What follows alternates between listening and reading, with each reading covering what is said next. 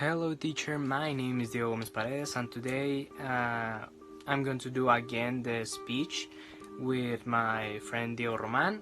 I'm going to speak. He only helps me in the background.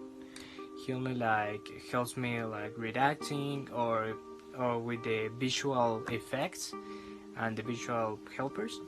So let's start coronavirus and the influence in our daily lives. So let's start. When quarantine began, people were fed up in the first hours. Everyone all thought they spent 20 of the 24 hours of the day in their houses. Magically, all they wanna go out. They wanna go to parties. They wanna have this normal life. And honestly, to me, I don't really understand why. Because I know that the health is always the top, and quarantine started affecting me in a month and a half, I think, when all this kind go really crazy.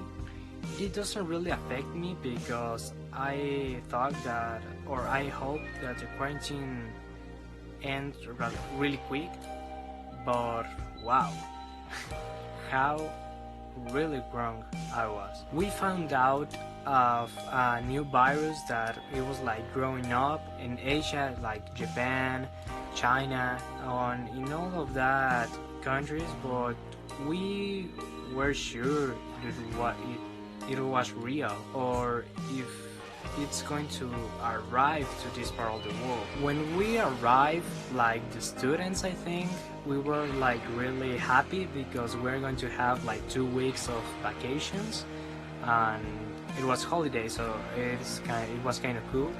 But then they say that the COVID, it was a serious virus, so it wasn't 2 weeks. It's gonna be a quarantine, so we were a lot disappointed, and nobody was going to leave their houses unless it was strictly necessary. And this is how this story begins, the story of the closure of the world.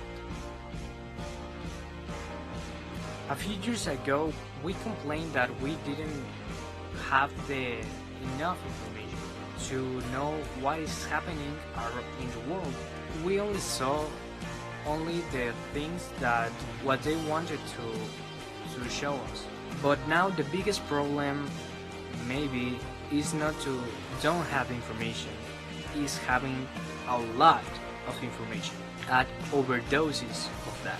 Nowadays it's really difficult to know what information is 100% true and what to believe. Today the coronavirus has left more questions than answers, and mostly because of the fake news. Some things that I remember when this started was the use of gloves, but later they start to say that you don't not to use them because you can transport the virus. So I was like, what? Then the thing of the mask, of the face mask, was another big deal, because they say that you need to use every mask, only tap your face, but then wasn't true. They need to use this type of mask, but then they said that the best mask was the N95. But the problem is, who do I believe? Who is the one that has the right?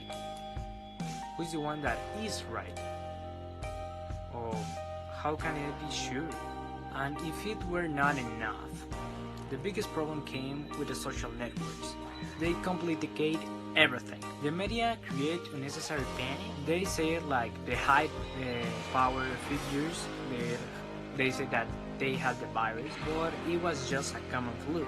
And the already known influencers were not far behind, saying something like, if you don't have coronavirus, you don't need to wear the face mask.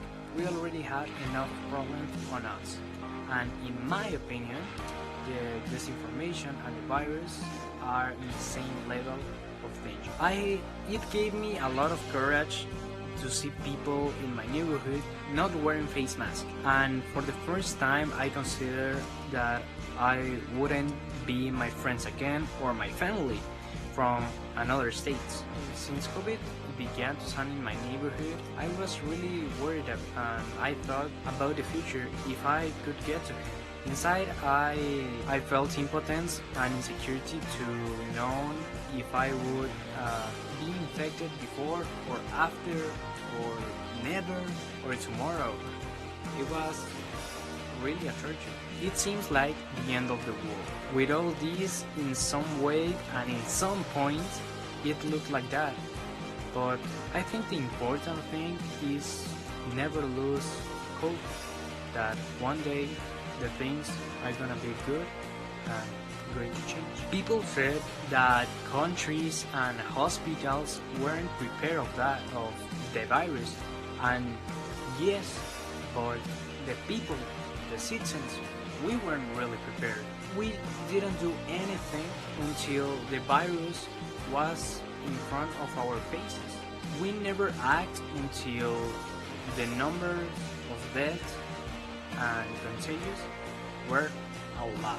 The problems were too many, such as domestic violence, impotence, lack of funding, and the most serious one, we didn't know the truth of the things. With the people of the social media saying that the quarantine didn't exist, or like for them really don't exist, they jumped to Paris, bro. They had a lot of physical contact. The truth is that kind of actions really get mad in the society, and in a certain point the society was united. The union was anger, and they show like aggressive with that type of people. We have lost many of the people in this couple of months, like a lot. People that we admire or directly were part of us. I will speak from myself. My grandparents were diagnosed with COVID-19, and it was helpless to see my dad like crying for the first time since ever. He was like he didn't know if he is going to see it again, that with a smile or very low in the ground. I remember a lot that night. My father was in his room and he received a call. It was kind of unusual because it was quite late. The first nothing heard, but then a little cry that you know that is painful, but more painful is standing up with him and trying to be strong for him. And maybe you are lying because you are telling him that everything is gonna be okay, but you didn't really know if everything is gonna be okay.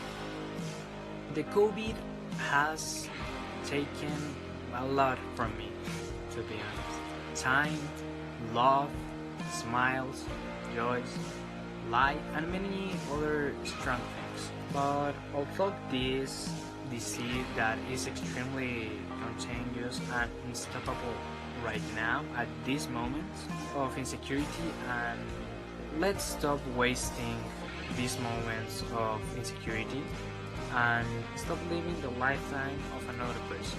Let's fight for what's important to matter what happens, even if we fail again and again and again.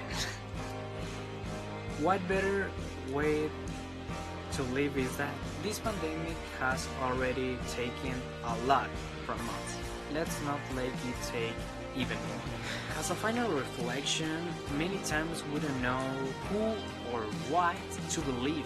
But if there is something we can change in this world, to be informed and to be the intelligent as possible. It is easy to do it, just check the sources and don't believe in everything it is said. Good luck to all of you.